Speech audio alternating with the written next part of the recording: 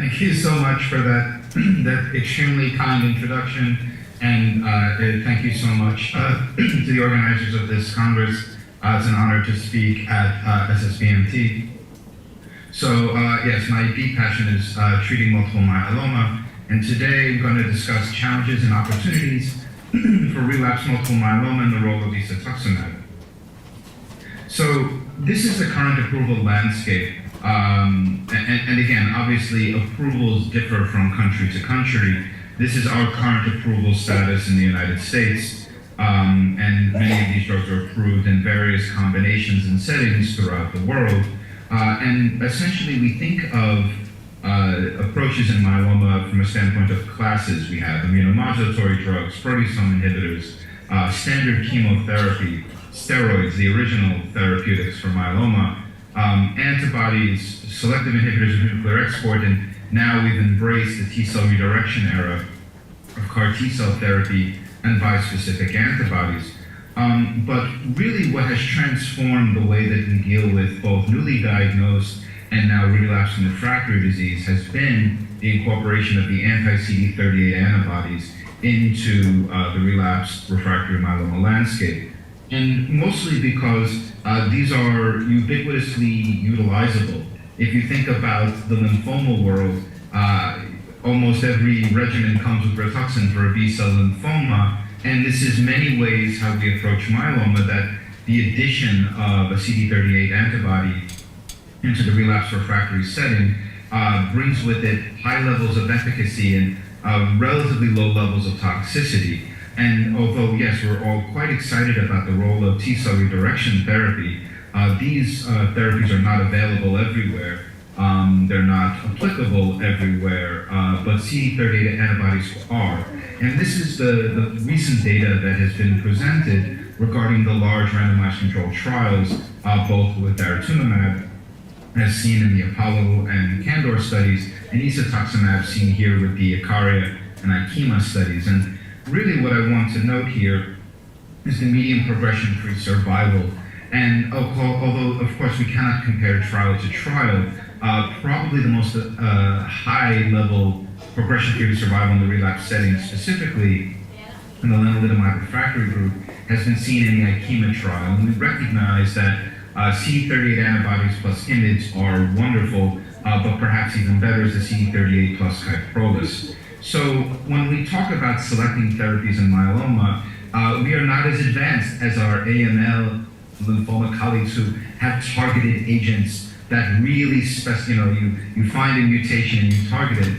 In myeloma, we use broad categories to discuss what therapy might or not be optimal for a patient, including patient-related factors, disease-related and treatment-related factors. Is the patient old or young, fit or frail? Is the disease growing fast or slow? What therapies have they had before?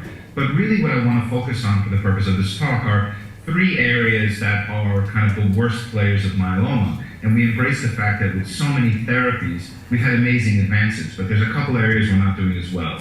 One is extramedullary disease. And we recognize that despite our best efforts, EMD is not well overcome in the setting of myeloma, especially in the relapse setting. Genomically high-risk disease, and things like 17p, and most notably, the recent publication of the second revision of the revised ISS, the R2 ISS, which now includes 1Q gain as part of the paradigm of high-risk disease. These are poor outcome patients, and refractory patients, patients who are refractory to IMiDs, specifically lenalidomide. We date back to the original data from Shaji Kumar published in Leukemia, that once you're refractory to one or more of these drugs, your outcomes become worse. So when we talk about high-risk myeloma, I put this slide up not for the granularity of it, but to show that there are innumerable ways that we define high risk. And we can define this from a genomic standpoint. We can define this from an extramedullary standpoint.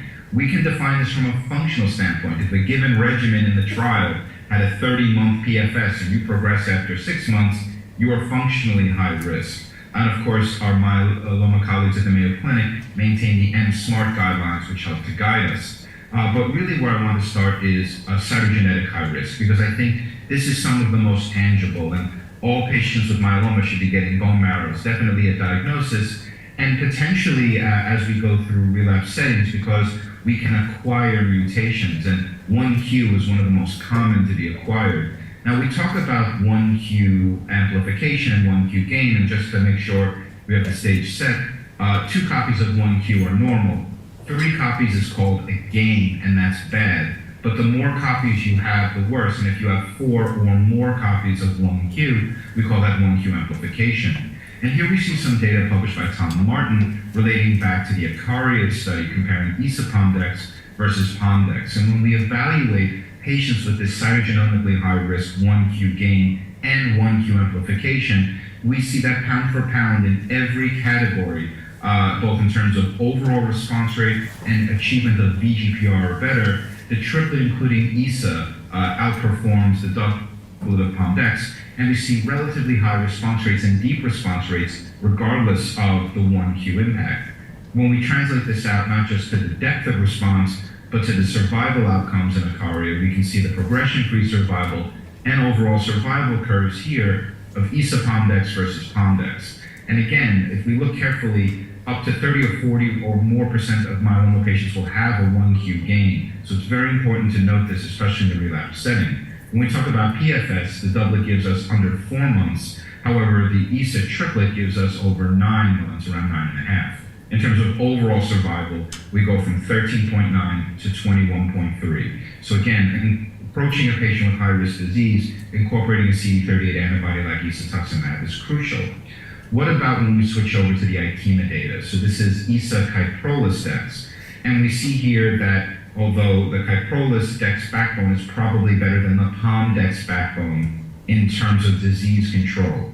And we see here the PFS of KD alone is 16.2 months, but ISA KD is not reached. And really, when we think about first relapse or early relapse in myeloma, where we're not going to go the direction of a T-cell redirection therapy, the highest risk disease we really need to approach with CD38 plus Kyprolis, either Dara-Kyprolis or Isa-Kyprolis. And again, so far to date, the IKEMA data really shows the best outcomes in these patients. When we look at a forest plot across the different studies, and this is Icaria and IKEMA, which represents the 2 current FDA approvals for Isatuximab in the US, we can see across patients with standard risk, high risk, isolated 1Q, 1Q gain, 1Q amp, that across the board we see improvements in outcomes with the ISA triplets. Now, we will note down at the IKEMA study for amplification 1Q, the confidence interval does cross the hazard ratio of 1, but know that this is a very wide confidence interval,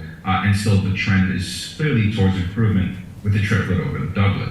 Now, what happens when we move beyond lenalidomide and we enter the realm of lenalidomide refractory patients?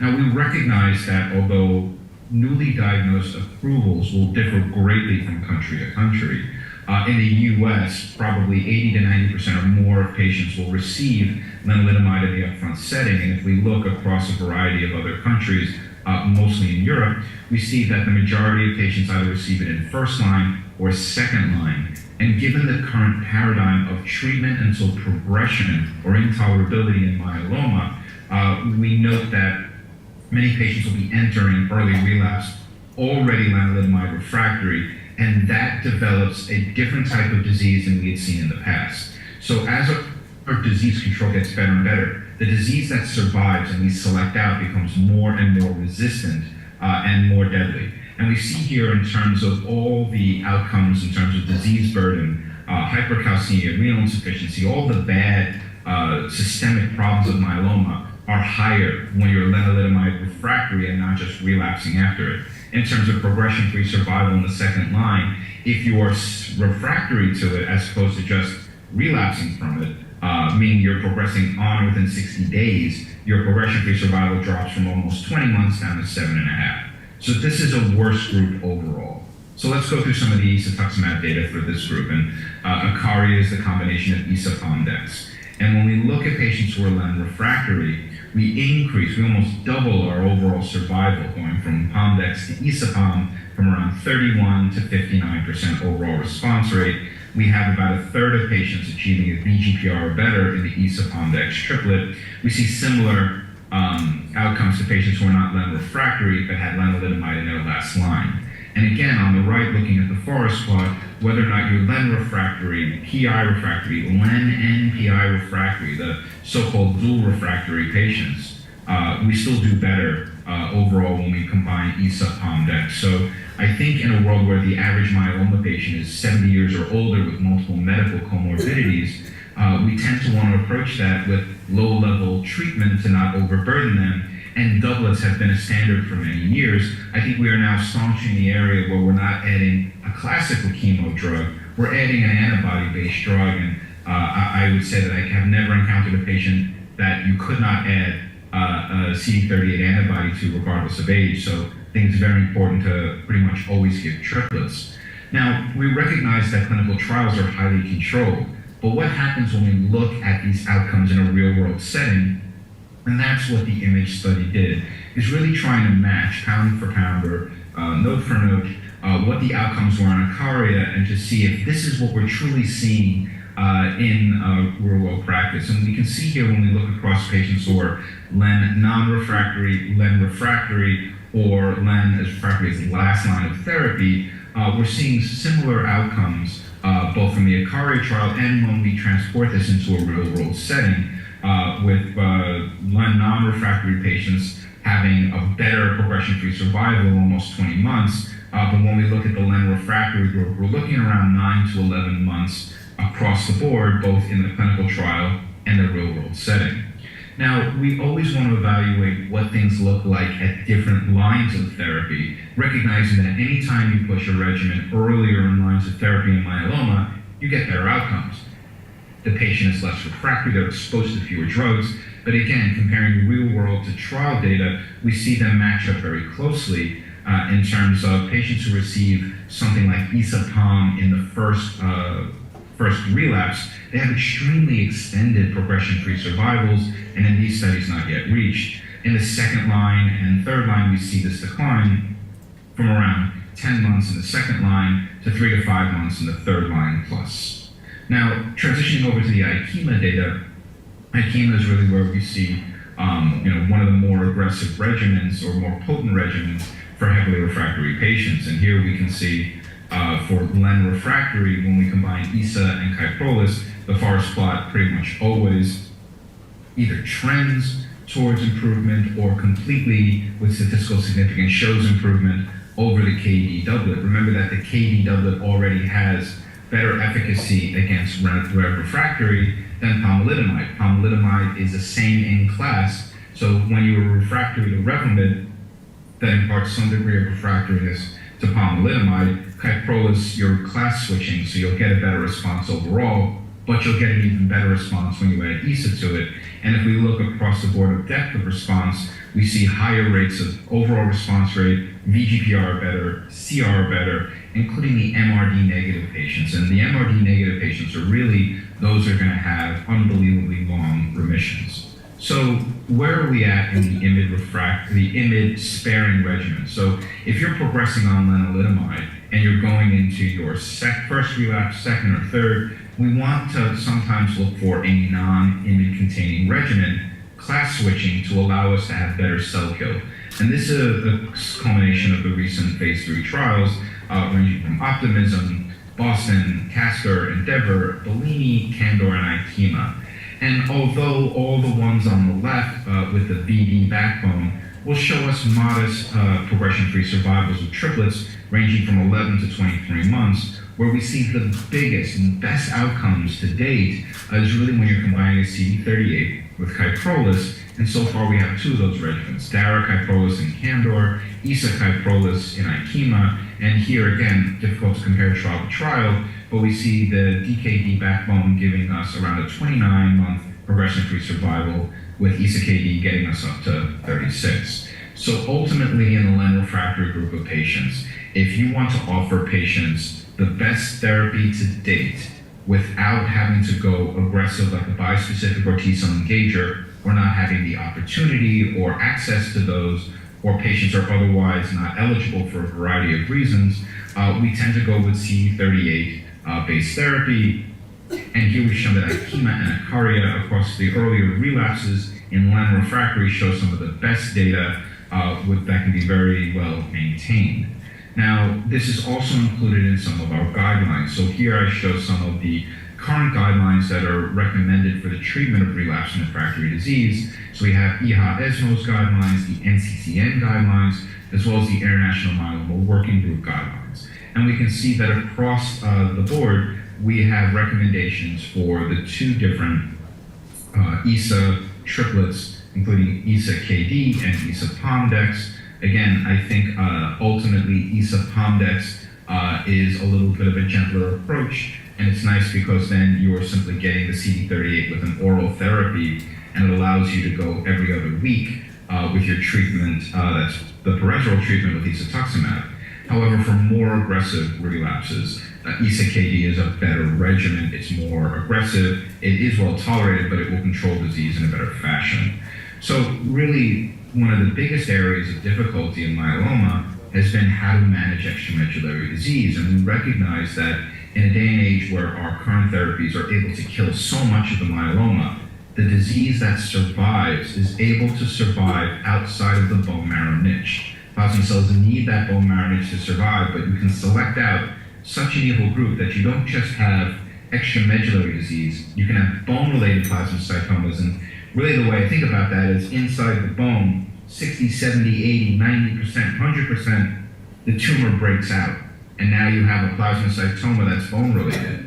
But you can even have soft tissue plasmacytomas. And these are myeloma cells that are so dedifferentiated or so evil and are so different from their native plasma cell that they can survive outside of the bone marrow niche. And I describe this as thinking of a tree. You know, we see a tree that needs to be planted in good soil, but if you saw a tree walking down the street that didn't need to be in a pot of soil, I don't know about you, I would be quite scared, and that's what I think about from soft tissue plasmacytomas.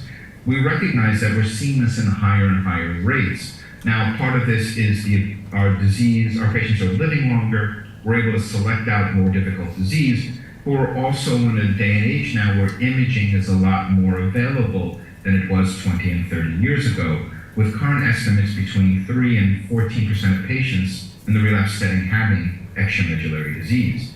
Now, once these plasma cells can survive outside the bone marrow niche, they can go virtually anywhere. And here's a listing of some of the more common sites. And again, they can be seen at diagnosis, they can be seen in the relapse, bone-based, not bone-based, but we can see them in a variety of places, including in the CNS. And I actually got a call about a patient last night who has a soft tissue plasmacytoma in the brain. So unfortunately, anywhere that blood or plasma cells can go, so can malignant ones.